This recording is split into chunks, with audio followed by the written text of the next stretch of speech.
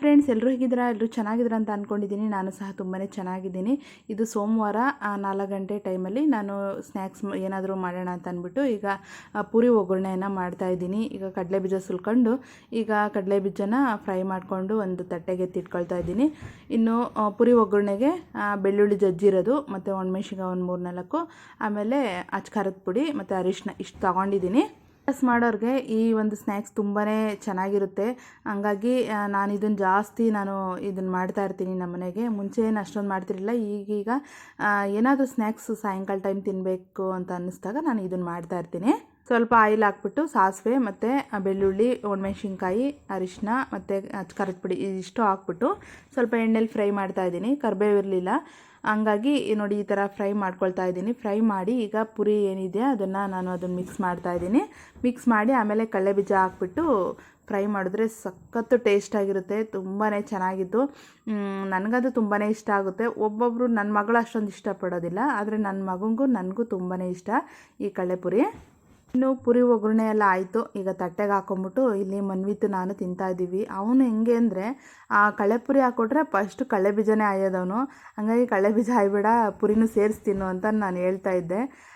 ಆಮೇಲೆ ಮೆಣ್ಸಿನ್ಕಾಯಿ ಸಿಕ್ಕಿದ್ರೆ ಅಮ್ಮ ಮೆಣ್ಸಿನ್ಕಾಯಿ ತಿನ್ನಬೇಕೋ ಬೇಡವಾ ಅಂತ ಕೇಳ್ತಿದ್ದ. ತಿನ್ನು ಒಂದ್ಸಲಿ ಅಂತಂದೆ. ಖಾರ ಆಯ್ತಲ್ಲ, ಅದಕ್ಕೆ ಅವನು ಅಮ್ಮ ಖಾರ ಖಾರ ಅಂತಿದ್ದ. ಅದು ಮೆಣ್ಸಿನ್ಕಾಯಿ ತಿಂದರೆ ಖಾರ ಆಗದೆ ಇನ್ನೇನಾಗುತ್ತೆ ಅಂತ ಅಂದ್ಬಿಟ್ಟು ಹೇಳ್ತಾ ಇದ್ದೆ. ಇನ್ನೂ ಒಂದು 5 ಗಂಟೆ ಏನಾಗಿತ್ತು. 5 ಗಂಟೆಗೆ ನಾನೀಗ ಸ್ನಾನಕ್ಕೆ ಹೋದೆ. ಅಂದರೆ ನಾನು ಸಂಜೆ ಟೈಮಲ್ಲಿ ಸ್ನಾನ ಮಾಡ್ತೀನಿ. ಸೆಕೆಗಾಲ ಅಲ್ವಾ, ಚೆನ್ನಾಗಿ ನಿದ್ದೆ ಬರುತ್ತೆ ಅಂದ್ಬಿಟ್ಟು ನಾನು ಸಾಯಂಕಾಲ ಟೈಮ್ ಸ್ನಾನ ಮಾಡ್ಕೊತೀನಿ. ಇನ್ನು ನೈಟ್ಗೆ ನಾನು ಮೊಳಕೆ ಕಾಳೆಲ್ಲ ಕಟ್ಟಿದ್ನಲ್ಲ, ಮೊಳಕೆ ಕಾಳು ಅದೆಲ್ಲ ಹಾಕ್ಬಿಟ್ಟು ಸ್ವಲ್ಪ ಪಲ್ಯ ಥರ ಮಾಡಿದ್ದೆ. ಮತ್ತು ಚಪಾತಿ ಮಾಡ್ಕೊಂಡಿದ್ದೆ. 2 ಚಪಾತಿಗಾಗೋಷ್ಟು ಇಟ್ಟಿತ್ತು, ಅದನ್ನು ಚಪಾತಿ ಮಾಡಿದ್ದೆ. ಇನ್ನು ಮನ್ವಿತು ನಾನು ತಿನ್ಕೊಂಡ್ವಿ. ಇನ್ನೂ ಪರ್ಸ್ನಲ್ ವಿಚಾರ ಏನೋ ಇತ್ತು ಅಂತ ಹೇಳಿದ್ನಲ್ವ, ಅದ್ರ ಬಗ್ಗೆಗೆ ಹೋಗಿದ್ವಿ. ಇನ್ನೂ 1 ವೀಕ್ ಓಡಾಡಬೇಕು ನಾವು.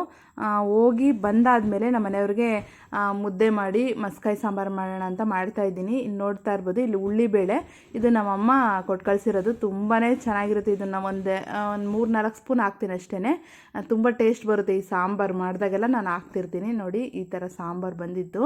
ಈ ಸಾಂಬಾರಿಗೆ ಮುದ್ದೆ ಕಾಂಬಿನೇಷನ್ನು ತುಂಬಾ ಚೆನ್ನಾಗಿರುತ್ತೆ. ಮುದ್ದೆ ಮಾಡಿದ್ದೆ ಮತ್ತು ರೈಸು ಒಂದು ಸ್ವಲ್ಪ ಇತ್ತು. ಊಟ ಮಾಡಿಕೊಂಡು ಅವರು ಡ್ಯೂಟಿಗೆ ಹೋದರು. Friends, welcome back to my channel. ನಾನೀಗ ಸಂಜೆ 6 ಗಂಟೆ ಆಗಿದೆ. ಈಗ ಲಾಗ್ ಸ್ಟಾರ್ಟ್ ಮಾಡ್ತಾ ಇದ್ದೀನಿ. ಅಂದರೆ ಇವತ್ತು ಪರ್ಸ್ನಲ್ ವಿಚಾರವಾಗಿ ಹೋಗಿದೆ.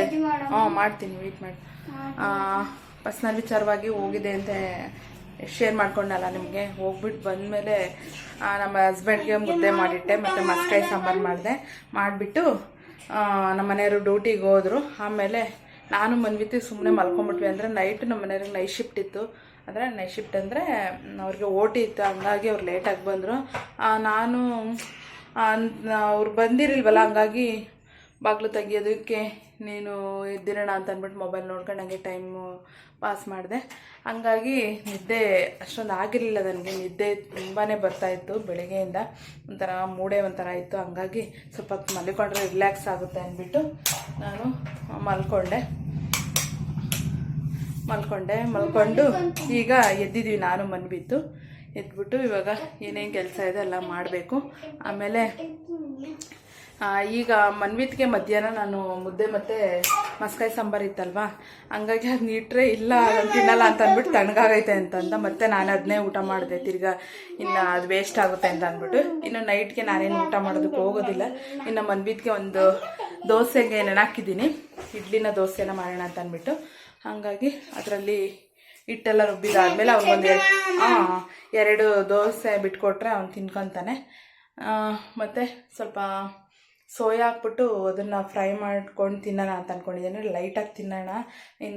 ಒಂದು 5 ಗಂಟೆಗೇನೋ ನಾನು ಊಟ ಮಾಡಿದ್ದಲ್ಲ, ಹಂಗಾಗಿ ಲೈಟಾಗಿ ಅದನ್ನು ತಿಂದ್ಬಿಟ್ಟು ಇವತ್ತು ನೈಟ್ ಡಿನ್ನರ್ ಮುಗಿಸೋಣ ಅಂತ ಅಂದ್ಕೊಂಡಿದ್ದೀನಿ. ನಿಮ್ಮ ಜೊತೆ ಶೇರ್ ಮಾಡ್ಕೊಳ್ತೀನಿ. ಹಂಗೆ ನನ್ನ ಚಾನಲ್ ಇನ್ನೂ ಯಾರು ಸಬ್ಸ್ಕ್ರೈಬ್ ಮಾಡ್ಕೊಂಡಿಲ್ಲ, ಸಬ್ಸ್ಕ್ರೈಬ್ ಮಾಡ್ಕೊಳ್ರಿ. ಮತ್ತು ನನ್ನ ವೀಡಿಯೋಸ್ ಹೇಗೆ ಬರ್ತಾಯಿದೆ, ನಾವು ಹೊಸ್ದಾಗಿ ಮಾಡ್ತಾ ಇರೋದು. ಹಂಗಾಗಿ ಎಲ್ಲರೂ ಸಹ ನಮಗೆ ಸಪೋರ್ಟ್ ಮಾಡಿ, ಕಮೆಂಟಲ್ಲಿ ತಿಳಿಸಿ ನಮ್ಮ ವಿಡಿಯೋ ಹೇಗೆ ಬರ್ತಾ ಇದೆ, ಯಾವ ರೀತಿ ವಿಡಿಯೋಗಳ್ನ ಮಾಡಬೇಕು ಅನ್ನೋದನ್ನು ನಮಗೆ ಐಡಿಯಾ ಕೊಡಿ ಅಂತ ಕೇಳ್ಕೊಳ್ತೇನೆ ಫ್ರೆಂಡ್ಸ್. ಓಕೆ, ನೆಕ್ಸ್ಟ್ ಸಿಗ್ತೀನಿ ನಿಮಗೆ.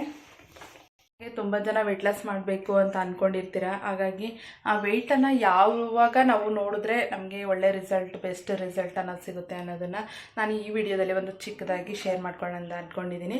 ಅದೇನಪ್ಪ ಅಂತಂದರೆ, ನಾವು ಮೋಷನ್ ಪಾಸ್ ಮಾಡಿ ಬರ್ತೀವಲ್ಲ ಬೆಳಗ್ಗೆ ಎದ್ದ ತಕ್ಷಣ, ಆಮೇಲೆ ಹೋಗಿ ವೆಯ್ಟನ್ನು ನೋಡ್ಕೊಳ್ಳೋದ್ರಿಂದ ನಮಗೆ ತುಂಬಾ ಬೆನಿಫಿಟ್ ಸಿಗುತ್ತೆ. ಅಂದರೆ ವೇರಿಯೇಷನ್ಸ್ ಅನ್ನೋದು ಇರೋದಿಲ್ಲ. ಊಟ ಎಲ್ಲ ತಿಂದು ನೀರು ಕುಡಿದು ಆದಮೇಲೆ ಹೋದರೆ ಅದು ತುಂಬಾ ತೂಕದ್ದು ವೇರಿಯೇಷನ್ ಕಾಣ್ತಾ ಇರುತ್ತೆ. ಹಂಗಾಗಿ ನೀವು ಯಾವತ್ತೇ ಆಗಲಿ ನಮ್ಮ ತೂಕವನ್ನು ನೋಡ್ಕೋಬೇಕು ಅಂತಂದರೆ ನೀವು ಬೆಳಗ್ಗೆ ಮೋಷನ್ ಪಾಸ್ ಮಾಡ್ತೀರಲ್ಲ, ವಾಶ್ರೂಮ್ಗೆ ಹೋಗಿ ಬಂದು ಆಮೇಲೆ ನಿಮ್ಮ ವೆಯ್ಟನ್ನು ನೋಡ್ಕೊಳ್ಳಿ.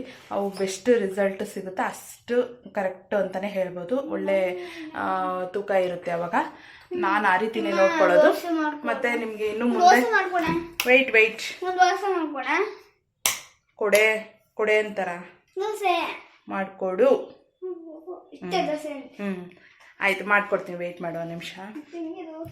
ಆಮೇಲೆ ಹೀಗೇ ಮತ್ತು ವೆಯ್ಟ್ ಅನ್ನೋ ಬಗ್ಗೆ ನಿಮ್ಗೇನಾದರೂ ನಿಮ್ಮ ಅನಿಸಿಕೆಗಳು ಮತ್ತು ಅಭಿಪ್ರಾಯಗಳು ಮತ್ತು ನಿಮಗೆ ಡೌಟ್ಸ್ಗಳು ಏನಾದರೂ ಇದ್ದರೆ ನನಗೆ ತಿಳಿಸಿ. ನನಗೆ ತಿಳಿದ ಮಟ್ಟಿಗೆ ನಾನು ನಿಮಗೆ ಟಿಪ್ಸ್ಗಳನ್ನು ಕೊಡೋದಕ್ಕೆ ನಾನು ಇಷ್ಟವನ್ನು ಪಡ್ತೀನಿ ಫ್ರೆಂಡ್ಸ್.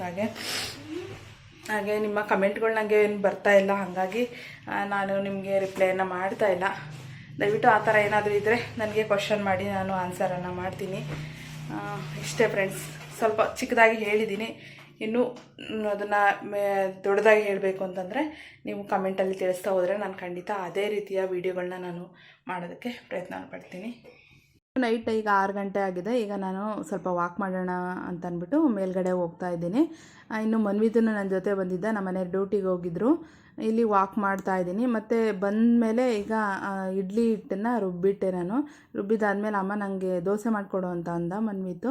ಇನ್ನು ಮಸ್ಕಾಯಿ ಸಾಂಬಾರು ಇತ್ತಲ್ಲ, ಅದಕ್ಕೆ ದೋಸೆ ಮಾಡೋಣ ಅಂತ ಅಂದ್ಬಿಟ್ಟು ದೋಸೆ ಮಾಡ್ತಾಯಿದ್ದೀನಿ. ದೋಸೆ ಚೆನ್ನಾಗಿ ಬಂದಿತ್ತು ಮತ್ತು ಸಾಂಬಾರು ಚೆನ್ನಾಗಿರುತ್ತೆ ಅದಕ್ಕೆ ಎತ್ಕೊಂಡು ತಿನ್ನೋಕ್ಕೆ. ಹಂಗಾಗಿ ಅವನಿಗೆ ಮಾಡಿಕೊಟ್ಟೆ. ಇನ್ನು ಅವನಿಗೆ ಹೆಂಗೆ ಅಂತಂದರೆ ತಿಂಡಿಗಳು ಜಾಸ್ತಿ ಇಷ್ಟ ಆಗ್ತಿರುತ್ತೆ, ದೋಸೆ ಇಡ್ಲಿ ಅಂಥವು. ಮುದ್ದೆ ಅಷ್ಟೊಂದು ಇಷ್ಟಪಡೋದಿಲ್ಲ. ಬಿಸಿ ಮುದ್ದೆ ಆದರೆ ಸ್ವಲ್ಪ ತಿಂತಾನೆ ಅಷ್ಟೇ. ಒಟ್ಟಿನಲ್ಲಿ ನೀನು ಏನನ್ನ ಮಾಡು, ಅವನಿಗೆ ಬಿಸಿ ಇರಬೇಕು. ಬಿಸಿ ಇದ್ದರೆ ಮಾತ್ರ ತಿಂತಾನೆ, ಇಲ್ಲಾಂದರೆ ಅವನು ಅಷ್ಟೇ ಊಟ ತಿನ್ನೋದು. ಇವತ್ತಿನ ವ್ಲಾಗ್ ಇಷ್ಟ ಆಗಿತ್ತು. ಇನ್ನು ಒಳ್ಳೆ ಒಂದು ವ್ಲಾಗ್ ಜೊತೆ ನಿಮ್ಮನ್ನು ಮೀಟ್ ಆಗ್ತೀನಿ. ಅಲ್ಲಿವರೆಗೂ ಬಾಯ್.